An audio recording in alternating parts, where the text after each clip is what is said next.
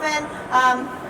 I work for the American Welding Society. I'm also on a show with David Madero here on Netflix, so you can check that out. Today, you guys are all here to hopefully enjoy a great panel discussion about starting a welding business. How many are here kind of interested in starting a welding business, or maybe own a welding business and are looking to learn some stuff from some of these very talented business owners? So to my left, I have David Madero. He owns a metal sculpting company, making stuff from, you know, all types of amazing people, like the president of Mexico. Hello. We have Nick Bezates. I got it right. It's not Bezates, everybody. How many thought it was Bezates? Because I did for a very long time. It's Bezates.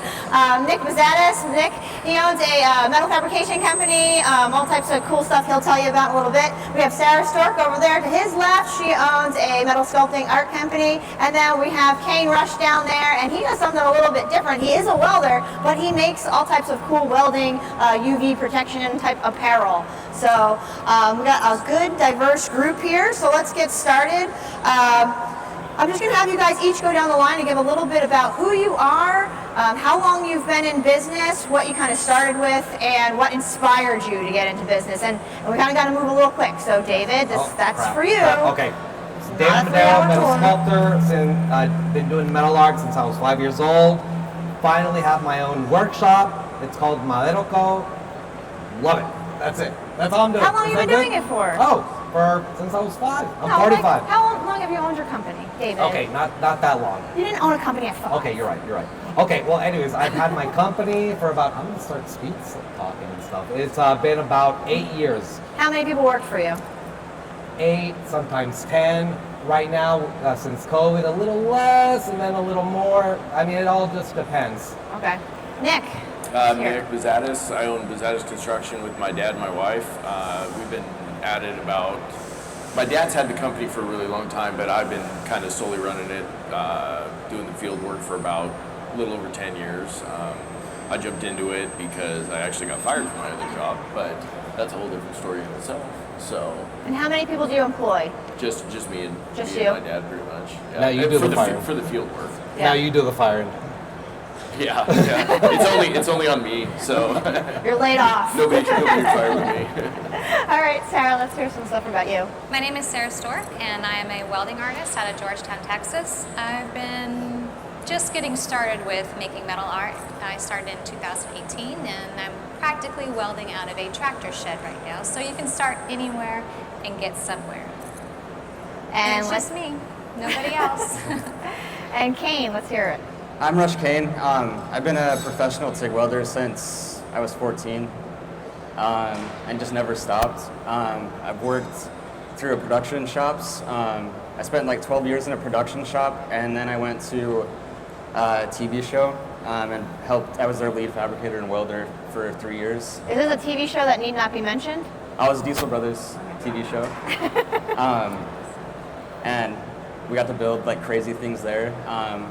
Unfortunately, I got laid off last October, and my wife, who's my business partner now, she lost her job the day before, and we decided to just dive in and start Kane Industries and start making new, more modern PPE for a welder that is different and is cool. Like, PPE hasn't really been changed for like the past 100 years, and so I just wanted to bring something different. Awesome. All right, so we'll direct this one to Nick. Okay. All right. I gotta look first. Sorry, I didn't look at these questions. Now, what's your best advice, if any, to those who need to borrow money from a bank? Have you ever had to borrow any money for equipment? Because you probably have the biggest kind of overhead with a lot of what you do. We do have some overhead, for sure. I personally do not like debt, so I try and run the business all cash, like at least as much as I can. Like, things are built on the credit system, you know, for you to have some payments to keep your credit built up, but I like to jump into what I can afford, what I can pay for at the time, and make those tools work and build from that and try and not get way in over my head as far as finances go. It takes a lot of pressure off, especially when you're a one-man show and you're kind of out there not only trying to find the work and everything else. If you hit a dip and you're slow and you've got all these payments coming in, it it gets to be a lot of pressure on you, but the ebbs and flows don't hurt quite so bad if you have everything pretty well paid for. I got you. Now, Kane, you kind of had to jump into business a little bit differently. You and your wife are now both, out of work, so to speak. Did you have to go and find any additional financial support to get started, or did you? I would have needed to, but I had a personal savings saved up that allowed me to use that and self-fund my own business to start. If not, then yes, I would go to the bank. It's something that I like right now. So we launched the company officially on the day after Christmas last year, December 26th. But in order to expand and grow, looking for a business loan is something that currently I'm looking towards to help really just ramp up and do more of what I want to do. Now, Sarah, you're saying you work out of a very small little shop compared to some of the other panelists here. Now, how has that made you, like, when you get these orders in, how is that with, balancing your small shop with the orders that are coming in, and then what are you looking at to do to expand what you're doing? Oh, I'm just waiting for my husband to get it together and finish the other side of my shop. So he's supposed to be helping me, and he's doing his best he can because he works too. So I do, take the orders. I try to give myself enough space in between orders so that way I don't overwhelm myself, because it can get a little overwhelming when those orders start stacking up and you're like, oh my gosh, next available is February. So just try to breathe and hope that my shop can get expanded before Christmas, because I so need it. Yeah. I so need it. So David is a little bit, we got Nick, who has probably some very specific orders coming in. Kane, you have very specific orders and product line. Sarah, you probably have very, people are coming in with some ideas of stuff that they want. Now, David, you're making stuff on such a monumental scale. Right. How do you manage? There's no way you physically can do that as one person. How do you manage the people that you are working for, you are working with, and then also take your idea and get your employees to be able to put that idea to... It's hard because you have to kind of focus certain people. I have social media. I have, all the filming, the pictures, what we're gonna post. And then we have, of course, my favorite person on the planet, my accountant. Without that guy, nothing would be done, right? But when it comes to the communication, the people that work for me at my fabrication company, it's on a piece of paper, there's certain things, if some of the stuff that I'm getting, if I'm making something, there's certain things that I go, okay, I'm doing this, you guys don't touch it, but you guys are gonna do this stuff, which is, it's clearly laid out on a piece of paper. You're making sculptures that are monumental in size. How are you able to communicate, to your employees what needs to be done and how you need it to be done? Okay, it's a little difficult because you have to. It's like an extension of yourself. When you have employees, so you have, instead of 2 hands, you'll have 20 hands. But it can get a little complicated. You kind of have to let some stuff slide, especially in the art world. I don't know much about over here and more technical stuff, but in the art world, maybe that texture isn't exactly. If I'm doing this big monumental eagle, I may not like every single feather that I see, but sometimes you gotta let it slide, but you can't let it slide too much because that is your name there. I'm signing that piece. It's my brand, so it can get a little difficult, so you just kind of balance stuff out, be as perfectionist as you can, but that OCD sometimes gets in there, and if it's too perfect, just the time that it has to go, I'll never be able to deliver that sculpture, right. So it's hard, but you can do it. Now, Rae just joined us. I know, I'm late. I'm so sorry. I was pulled in like 15,000 different directions. I ran here. It's all right. No worries. You're here now. So this is Rae Ripple, everybody. Rae Ripple. She owns a metal fabrication company, murals. She kind of does it all. Now, this is a good question for you. You get a lot of stuff of all different types of jobs, from art to fabrication to murals. How do you go about pricing? I'm sure there's people in here that are pretty curious about how do you price your jobs out? So I price it according to how much time I've lost with my family.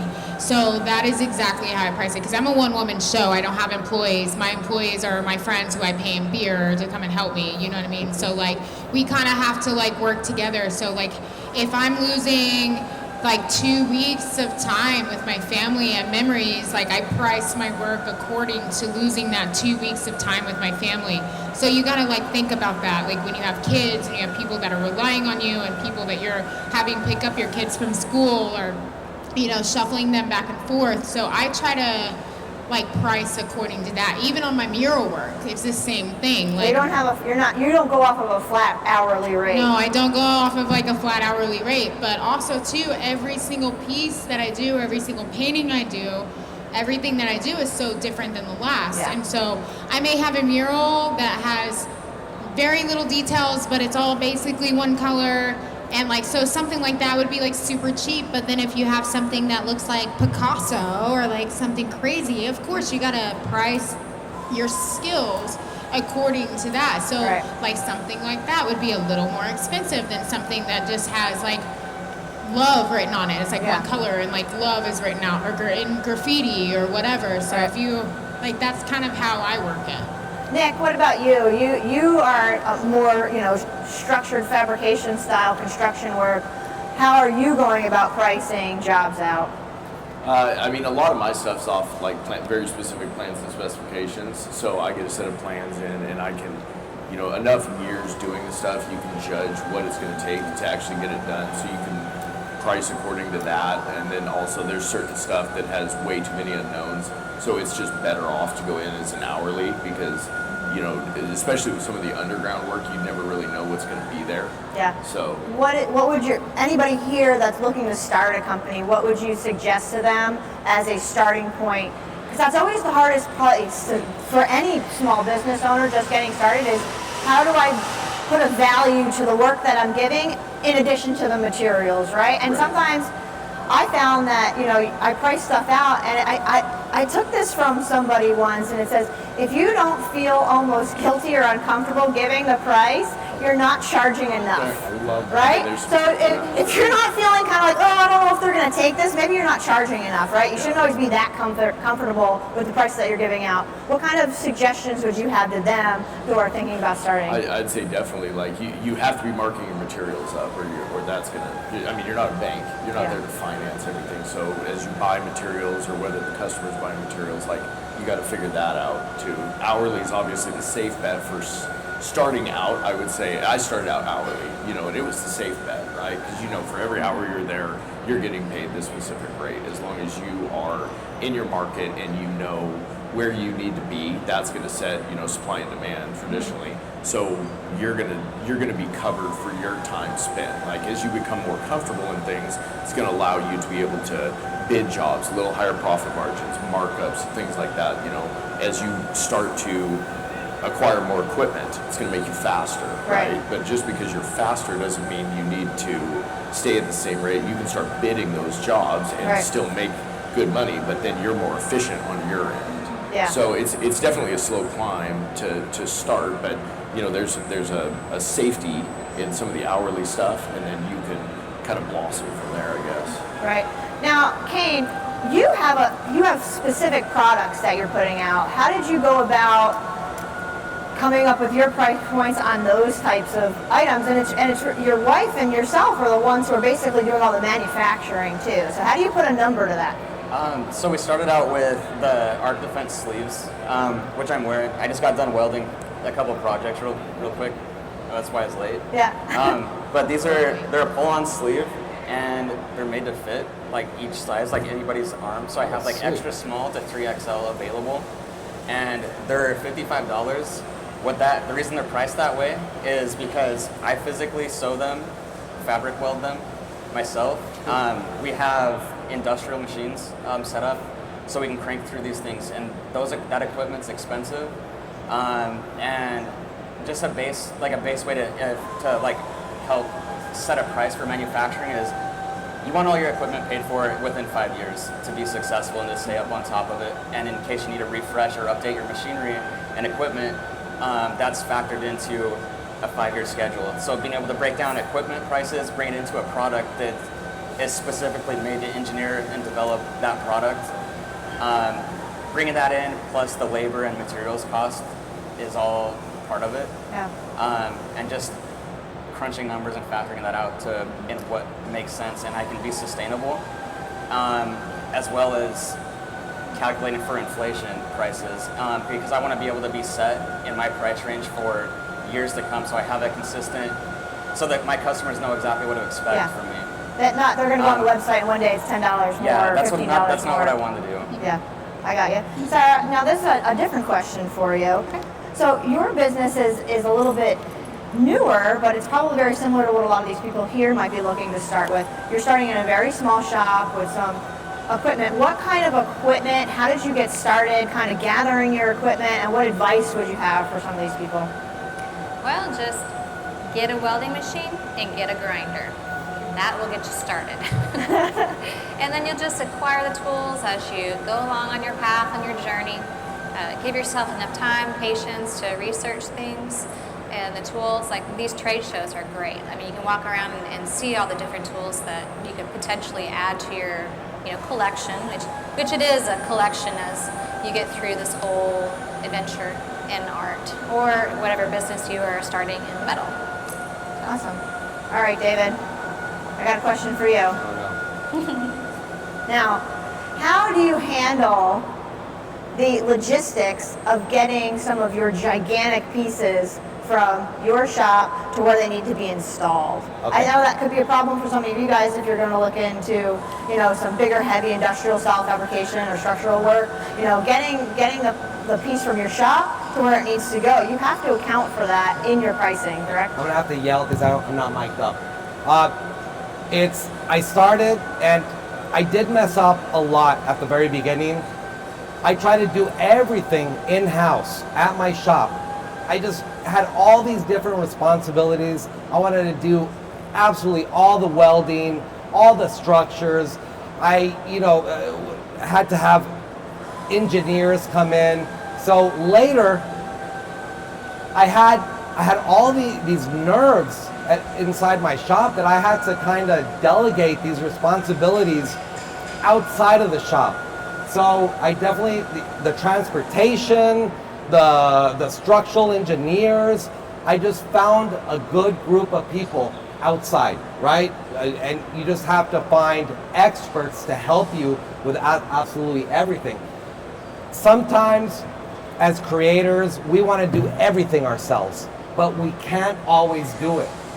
I mean, you just have to find people to help, and it gets really stressful trying to do everything yourself. Just please find that help that you need. And hey, sometimes you have to pay a little more.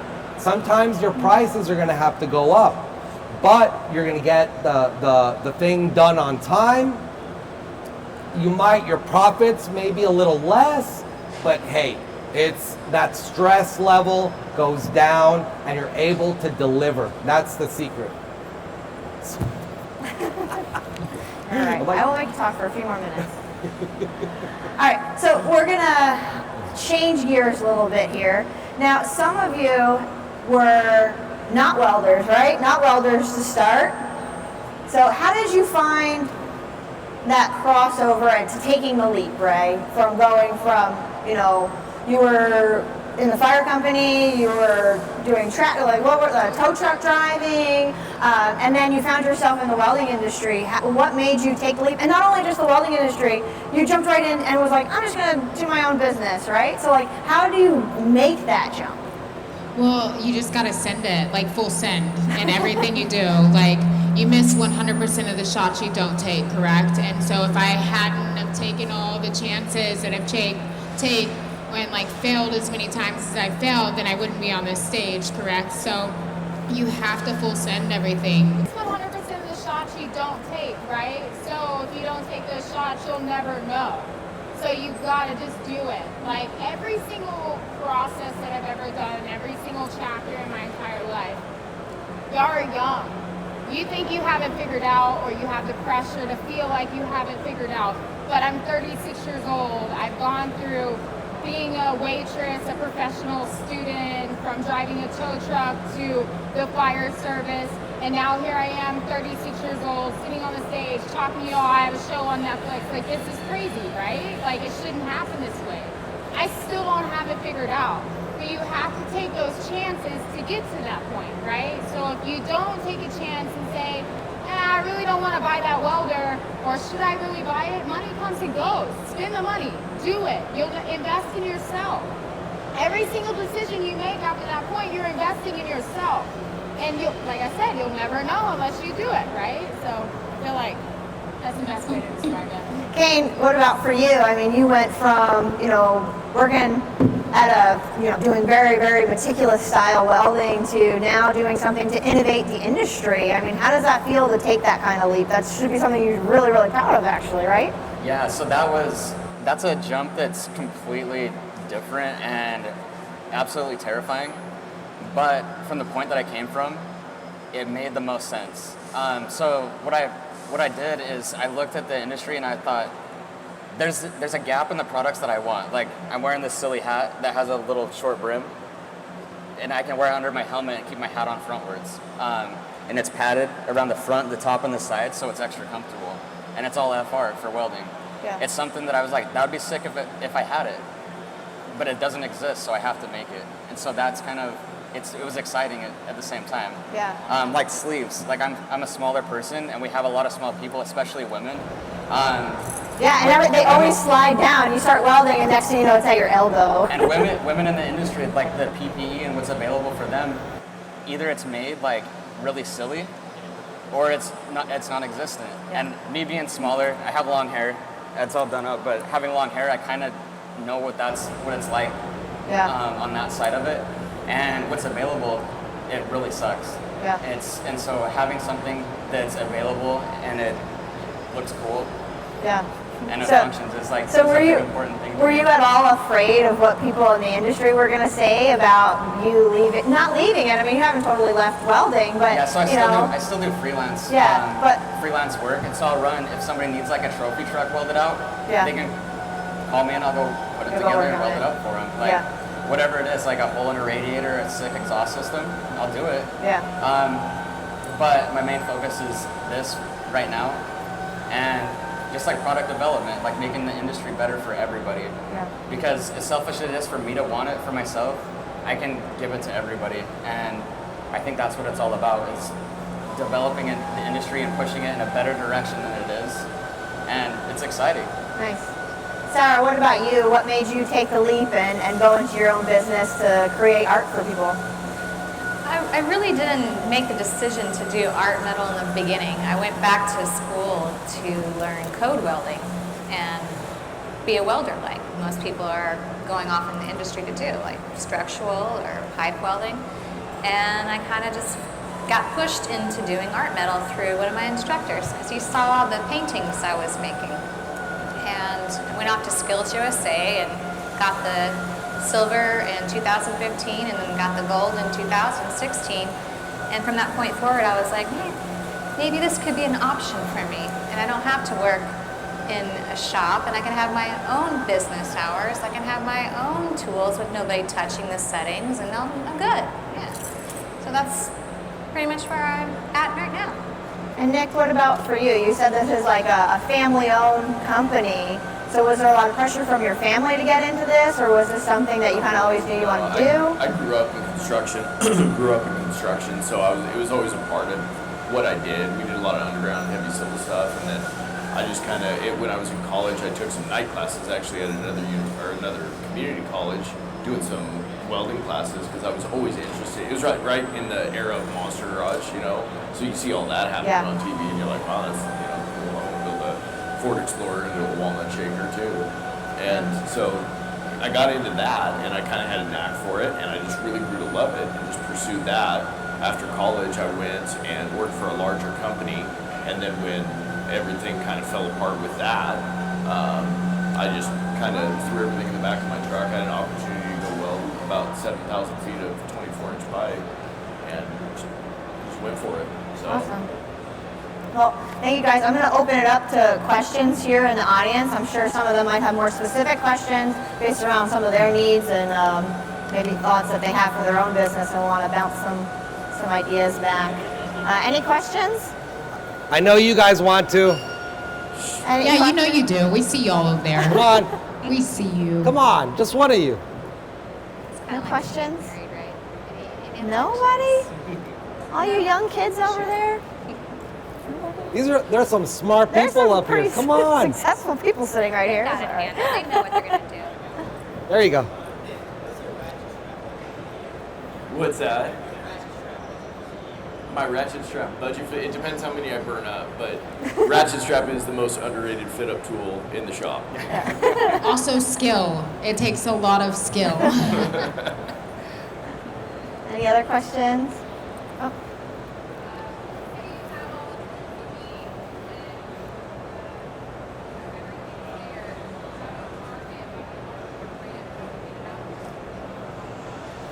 So, How do you market? yeah, how do you market? So let's start with Kane down there, because he's got a new business. So let's hear about what you've done to market that business.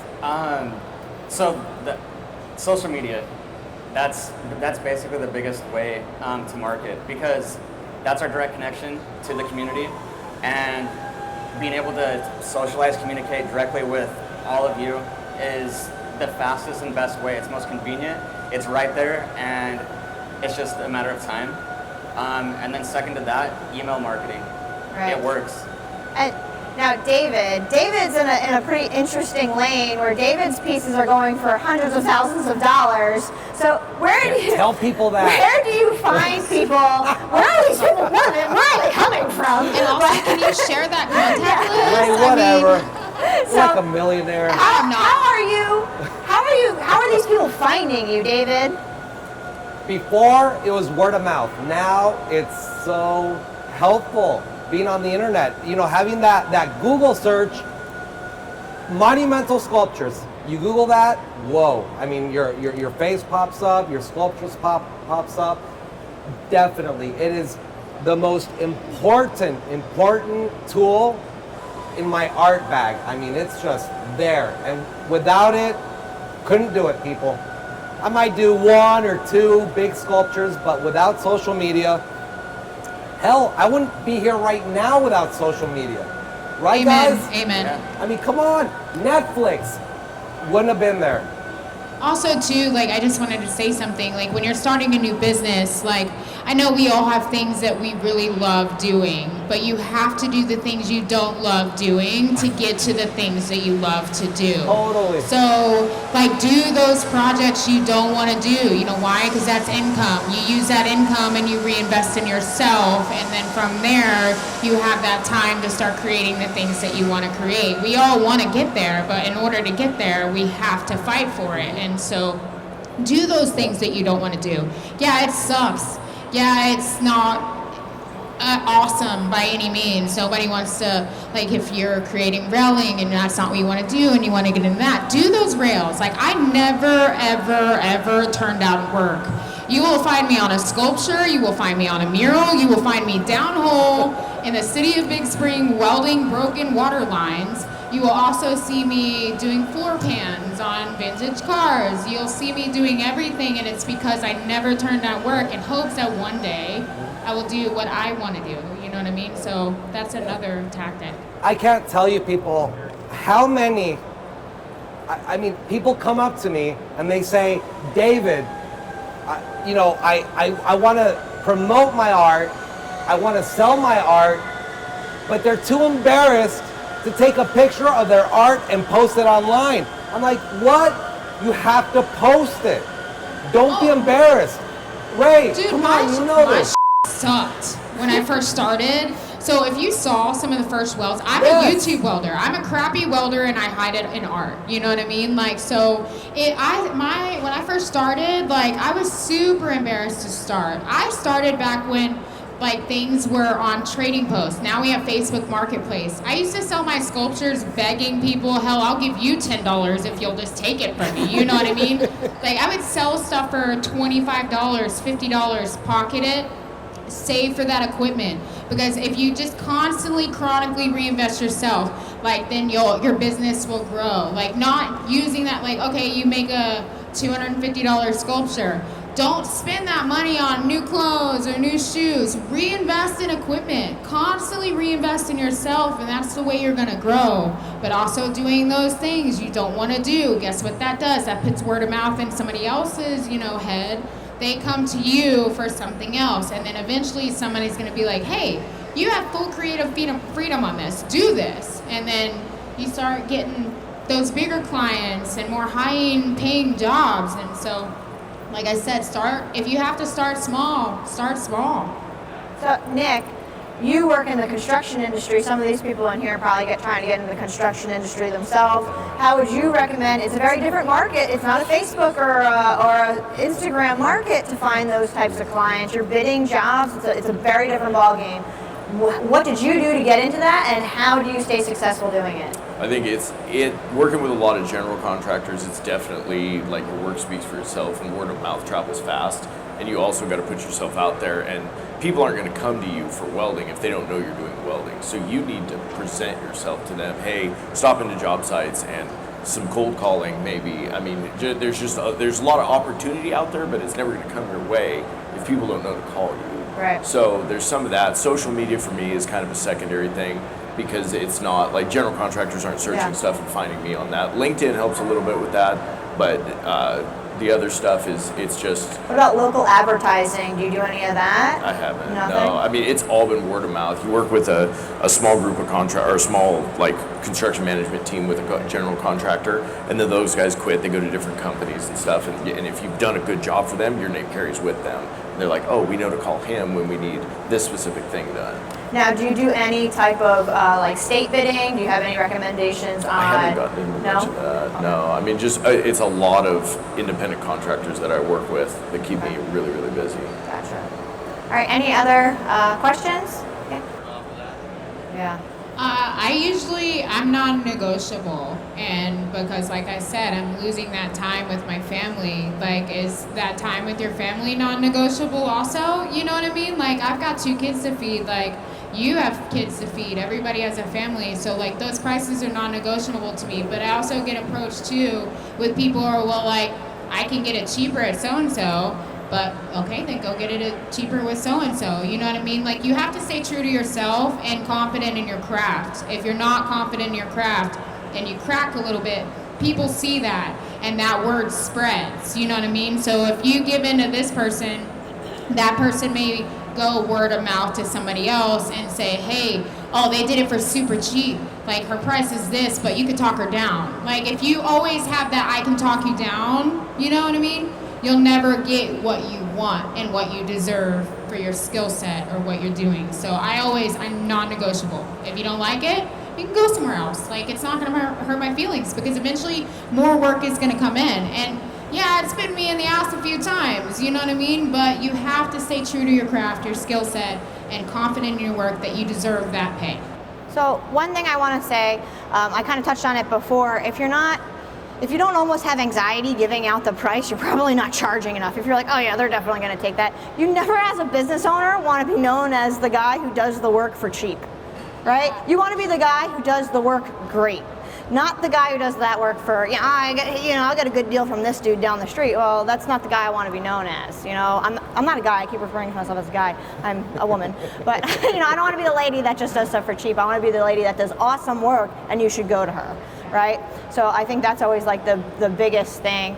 I think, for people starting out, for me, what I tell a lot of my ex-welding students when I was a welding instructor, a lot of them would want to try and start their own little like side mobile welding businesses, or the little, they'd like to do like the horseshoe art and sell it at little craft fairs and stuff like that in the fall or at Christmas time. And one thing that I would always tell them is, your skill set is worth something, don't be ashamed to put a price to that. So, you should really start, there's no set number, I don't think, for anybody to charge anything. I think it's, if you feel comfortable and confident in what you're charging, then go for it and charge it. And if people aren't buying it, then, then you can take a step back and maybe rethink it. But, if you think that that's what you're valued at, don't get a giant ego or anything like that. You're not going to go running out the gate in high school charging 85 to, my rates are 125 to $85 an hour, depending on what type of materials I'm working on. And that's, depending on the material, that's not, like Rae, it's non-negotiable. It is what it is, and then you're paying for the material too. So, and I charge that because I've been doing this for 20 years. I have plenty of experience. I know what I'm going to give is quality. So I think that has to be taken into consideration. But it's also hard that a lot of kids coming out of high school, they hear all these super success stories about these pipeline guys that are making $150,000, $250,000 a year running a pipeline. Well, it's not always the reality for everyone. So, you got to stay in your lane and kind of figure out and navigate the industry that you are currently present in, and if you're a little hobby welder outside, in your garage or whatever it may be, you probably aren't going to be ripping out the gate at 85, 120 bucks an hour or so, because you're probably not doing that crazy, alloy stuff, anodized. I'm working on multi-million-dollar yachts and everything, and I'm doing fancy custom stuff for bars, and they're not expecting to get those types of rates out of me. They're expecting to pay for that quality. So, stay in your lane, and, we are going to work up to that. So there's always something to strive for as you're starting out as a business owner. You start small and work your way up, and then one day you'll be as successful as the folks sitting here in front of you. So do we have any other last questions? Yeah.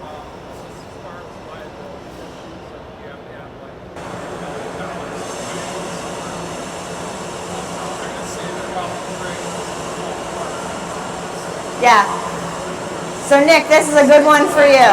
So Nick in the construction industry. Working in the public sector, my umbrella in insurance and liability is huge, right? I mean, as far as just home fixes, running a shop, everything I do encompasses that, but a lot of times the jobs that I get onto, especially in the public sector, they've got very specific set amounts that you have to do, naming the customer as additionally insured and going that, and that's where a good insurance agent is going to be one of your best friends, like somebody you can call and talk through those things with, that they know the answers to those, and they can decipher some of that stuff, because I can't. Yeah, and when you're doing some of these jobs too, the insurance the agents the companies that you're working for, the companies that you're doing the work for should have set liability like insurance policies that they're looking for from you, and you can provide that COI to them. So, any other? Who wants to start? I'll start. So social media is also, it's been a huge impact on my career. Huge impact on my career. I started with nothing, and now here I am today. But it was, like I said, Facebook Marketplace, trading posts, putting yourself out there, even if it's work, put it out there. You're only going to grow in your craft as you get more and more work. You know what I mean? You don't know unless you try. You miss 100% of the shots you don't take, right? So it's the same thing with social media. Whenever you start growing, you're following, people start seeing you, they start following you, and then it's word of mouth from that point, right? But failures, there's no such thing as a failure. I wish that word wasn't even in the dictionary, because if we had failures, then we all wouldn't be in the positions we're in today. They're merely just redirections. So as a kid, I would tell myself, just full send in everything you do, but I don't regret anything I've ever done in my life, and I'll never ever regret anything I've ever done in my life, because I'm right here on this stage because of every single redirection, every single, I went to school to be a sign language interpreter. You know what I mean? I left there and tried to get into the welding program. They handed me a stack of books, and I'm super dyslexic. Very, very dyslexic. So it's very hard for me to do numbers and letters, hence the reason why I never use tape measures. So it's different things like that. All of those, being a tow truck driver, a firefighter, all that, I failed several times in the academy, but did I give up? No, I still did it. You know what I mean? So it's not failures, it's those redirections. So you can't ever look back on life and think, man, if I would have done something different, whatever. But if you had done something different, then would you be sitting in that spot that you're sitting in right now asking this question? So you gotta really kind of think about those things, you know what I mean? Anybody else? How social media is kind of impacted? Yeah, you gotta make sure you have your hashtags right. Sometimes if you don't check your spelling, it goes somewhere else and nobody's gonna see it. Dyslexic. You have to check those hashtags. And those it will go to the audience that you're looking to address, and that way people will find you, and what you're trying to achieve is going to, you're succeed at. And Kane, you have a pretty big following, so what recommendations would you have? I think when it comes to social media, so social media is yourself putting yourself out there.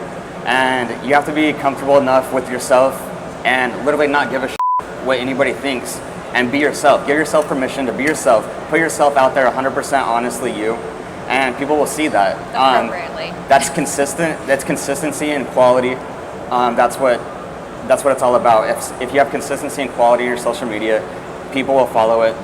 And because they know what to expect, but it's always a surprise. It's what's next, and yeah, that's within you to give yourself your own permission to do what you want to do.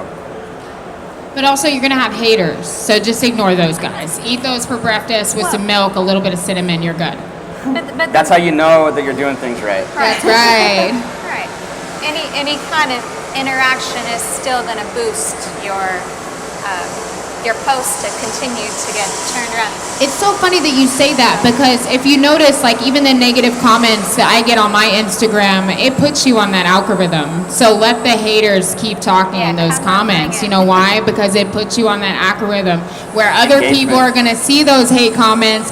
They're going to go in, you know what I mean? So like let the haters, like I said, eat them for breakfast, dude. That's what I do every single day, and I'm here. So like ignore it. Don't take it to heart. That's one thing that I had to learn. You can't take that stuff to heart. Like, it's just a person. You know what I mean? Like, your soul is who you are, and as long as you're comfortable and you know who you are and you stay true to yourself, none of that matters. None of that. You know, people call me not a real welder all the time. You know what I mean? Like, I hear it every single day. I never claimed to be a welder. I'm a crappy welder who hides it in artwork. You know what I mean? I learned everything I learned on YouTube. I'm not classically trained like a lot of the people in this building, although I aspire to be a welder like all these people that are around me. But you can't give up. You can't listen to the negativity. You got to keep pushing and like identify with yourself, love yourself, and just keep working towards being skilled in your craft. Nick, any advice? About the haters? Yeah. Yeah. I mean, I don't ever see them on any bid list, so I don't worry about Yeah, them right? too much. That's right. Yeah. They're not paying our bills. I mean, they're out of the closet usually, so. Yeah. And David, everybody loves David, so nobody's ever. I know. What is up with that? Why do you never have haters? Everybody just loves you. You have no idea. So many haters. You're full. Sure, I want to see one. Yeah. One. Prove it. All right. Any other questions before we wrap this up? No. And then if you guys have any questions, okay. Yeah.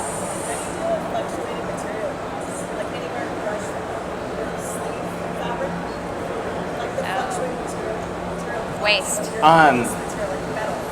Yeah. So like the same thing. So it's a different form of fabrication, like pun intended. I have so much scrap and waste, and I just will turn that back into recycling. So you see like big companies, they'll recycle fabrics, like even for like fast fashion, like H&M. You can go there, they'll have like recyclements. You can recycle clothing, and they'll turn it back into clothes or things like humanitarian aid, which is very awesome. And so that's something that we like to do with all of our tailings from our fabric, because fabric comes just the same as sheet metal, basically. It's just really soft and pliable.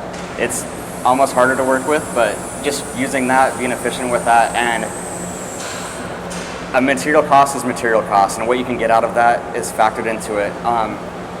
As far as the inflation of fabrics and availability, that is something where I just have to get as much as you can when it's low and invest in that, and then if you have that, you have enough to play with for a long time.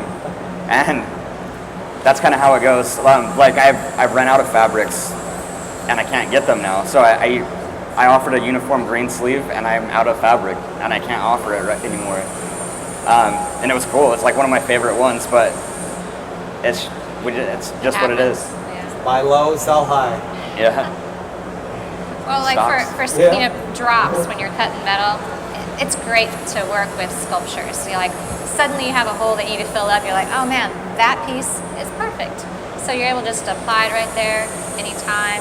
I have a pile of scrap metal that dude, I use. amen. You too? Amen. Yeah. Like I keep everything. This little tiny little piece. Even the shards, like if you go back to the Hypertherm booth and look at the wings that are hanging up, part of that stuff that's on there are fire extinguishers. Like it just, you have to that's overhead. You know what I mean? You keep that scrap, you keep your overhead down. And so keeping that overhead down means more money in your pocket, which means more money to invest in yourself and your business. And so you always got to think about that. Everything is a business opportunity and a way to save money and reinvest in yourself. Although I am trying to figure out how I can recycle grinding dust. Dude, that would be dope. Yeah, That because would be I dope. got piles of grinding dust. My whole concrete is now rust orange. So if we could recycle that, that would be great. We'll figure it out. And you had? Yeah, at what point do you stop working for yourself and start your business?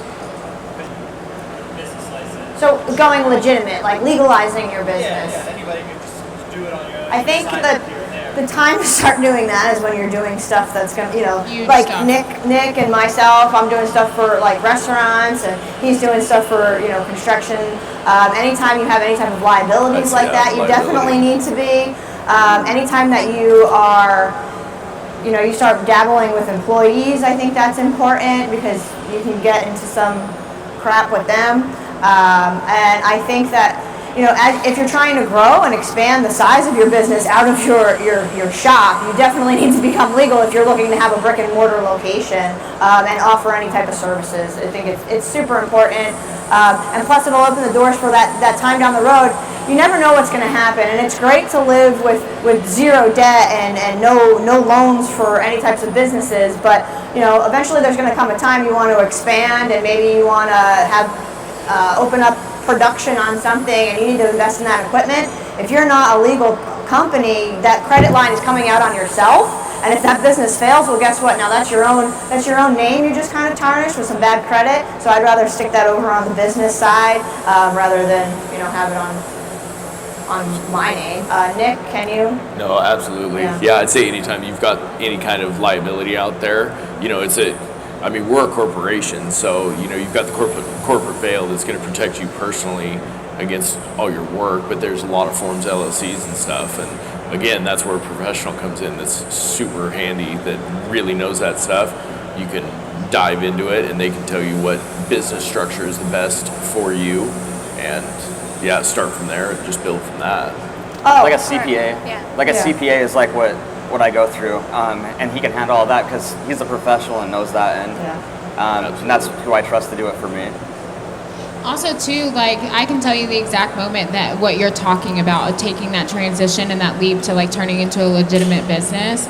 I've always done art on the side. Every firefighter has a second job, so I would work my 48, and on my 96, I would make fire extinguishers. It wasn't until I got my first huge display, public art display, that requires inspectors and insurance and stuff like that. When I got that bid, when I got that phone call, and it paid me more than a year's salary at the fire department, was when I decided to invest in myself. Because if you become a business and you have that LLC attached to your name, you become legitimate. You know what I mean? And so when you present yourself as a business, people see you as a legitimate business. Does that make sense? So it makes you it crosses you over from just a hobby, whatever, to a legitimate business, which also changes and sparks conversation and it's word of mouth and all of that kind of stuff too. So think about it like that.